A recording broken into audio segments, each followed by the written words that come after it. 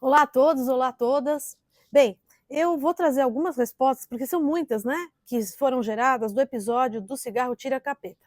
Bom, em primeiro lugar, é muito importante a gente entender que o Canabinal, ele é um canal de notícias científicas sobre os canabinoides, mas ele não tem, de forma alguma, a intenção de estimular, incentivar o uso de qualquer receita oriunda do conhecimento tradicional. Por quê?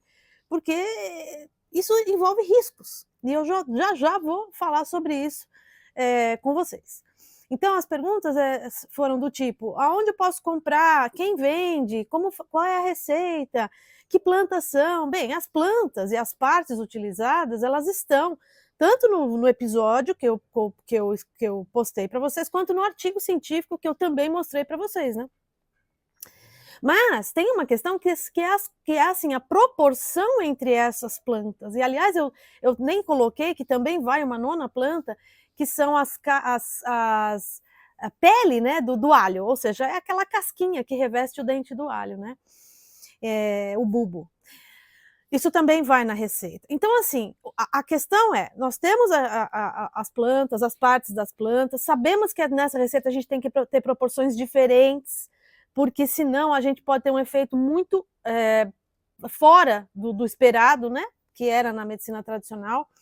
Mas a gente também tem que lembrar que existem riscos. Então, por exemplo, né, vamos lá. O seu Cesário, ele dizia, olha, dentre essas 9 plantas, então, aquela que parece ser a que tem o maior efeito, né, do cigarro, como então um tranquilizante, ou para melhorar a cognição e tudo aquilo que a gente já falou no episódio anterior, parece ser a caiapiá, que é justamente a planta, que a espécie é Dorstenia azaroides, e é o que? A parte subterrânea dela, né? No entanto, existem relatos na literatura científica da toxicidade dessa planta. E olha que interessante, quando ele disse isso, uma pessoa se interessou em fumar um cigarro apenas com essa planta, não com o tira-capeta, com todas as 9 plantas, com seu efeito sinérgico, então um princípio ativo anulando a toxicidade do outro, né? Que é isso, né? Quando você tem uma receita do conhecimento tradicional que envolve várias plantas, ali a gente sabe que tem uma sinergia e também antagonismos. Então, uma planta pode antagonizar o efeito da outra. Lembrando que cada planta tem centenas de princípios ativos já.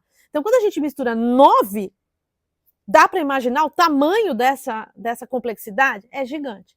Bom, e voltando ao assunto, então essa pessoa, que eu não posso, obviamente, aqui relatar o nome, ela quis usar um cigarro apenas com esse Dorstenia azaroides que eu falei aí, batatinha.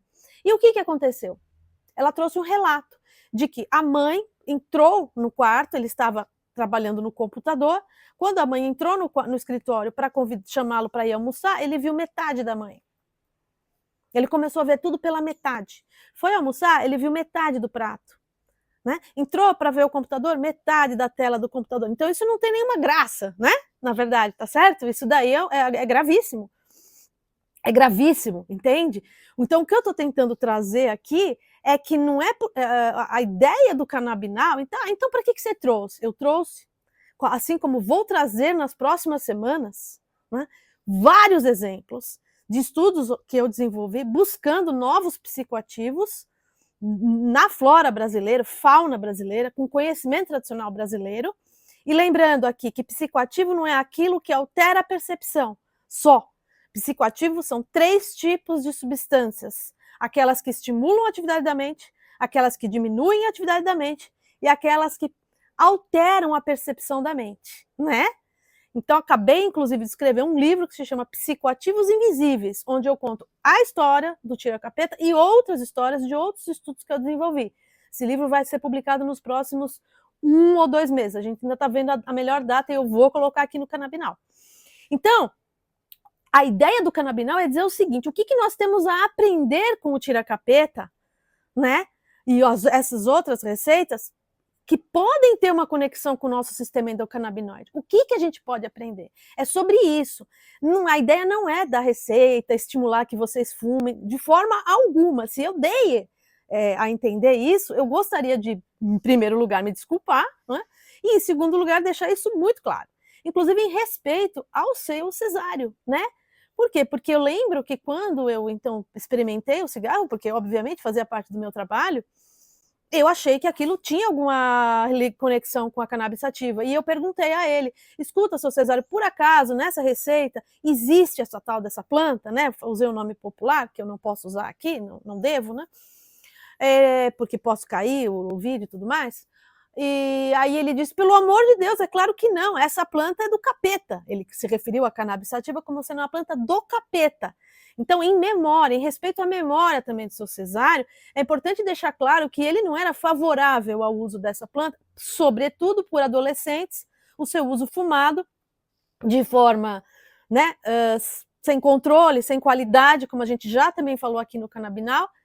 Então ele dizia: olha, esse fumo ele é celebroso e ele pode substituir a cannabis sativa nesses adolescentes que fumam, né, de forma, enfim, descontrolada e tudo mais, e os pais têm essa preocupação, então eu vendo para que eles façam. E eu também não estou dizendo, de forma alguma, que esse cigarro é mais seguro do ponto de vista de toxicidade do que a cannabis sativa usada por adolescentes naquele contexto que a gente já sabe, que a gente já falou aqui também. Sem qualidade, sem saber procedência, o que será que eu estou fumando, quantos que eu posso fumar, quanto que eu não posso, eu sou adolescente. Adolescente, em princípio, não deveria fumar. A gente já falou sobre isso aqui também no Canabinal. Então, para deixar muito claro, a gente também, antes de ir embora, eu queria dizer que nós fizemos um estudo com ratos e camundongos com o tira-capeta e publicamos aquele artigo que eu mostrei para vocês, né? E o que a gente viu lá? Claro, com o rato e camundongo, o ideal seria a gente usar via inalatória, assim como é o cigarro, mas a gente não tinha aparato, não tínhamos instrumento naquela época, na Escola Paulista de Medicina, para testar o tira-capeta na forma inalatória nesses animais de laboratório. Então nós testamos via oral. É a mesma coisa? É claro que não. Mas o que a gente percebeu?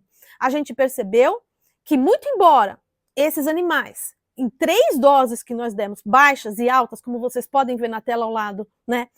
Eles tinham uma diminuição da latência do sono, ou seja, que está em branco no gráfico ao lado. O que significa isso? Dormiam mais rápido, mas também tínhamos, nas 3 doses, tá? Estatisticamente aí, um aumento do tempo do sono, ou seja, que é que está em cinza, eles dormiam por mais tempo. Isso é muito legal? É muito legal. Mas nós também observamos, olha só, que essa é uma droga do tipo bifásica. Então ela tem uma grande estimulação inicial, que dependendo da dose pode levar a tremor e convulsão, seguida de uma depressão do sistema. E que provavelmente ela age como uma agonista de sistema glutamatérgico e colinérgico e bloqueia o sistema dopaminérgico. Então essas foram as conclusões que a gente teve nesse artigo.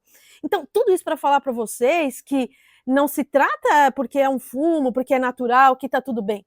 Eu ainda vou gravar um episódio aqui contando a história da minha família. Eu tinha 2 avós, né?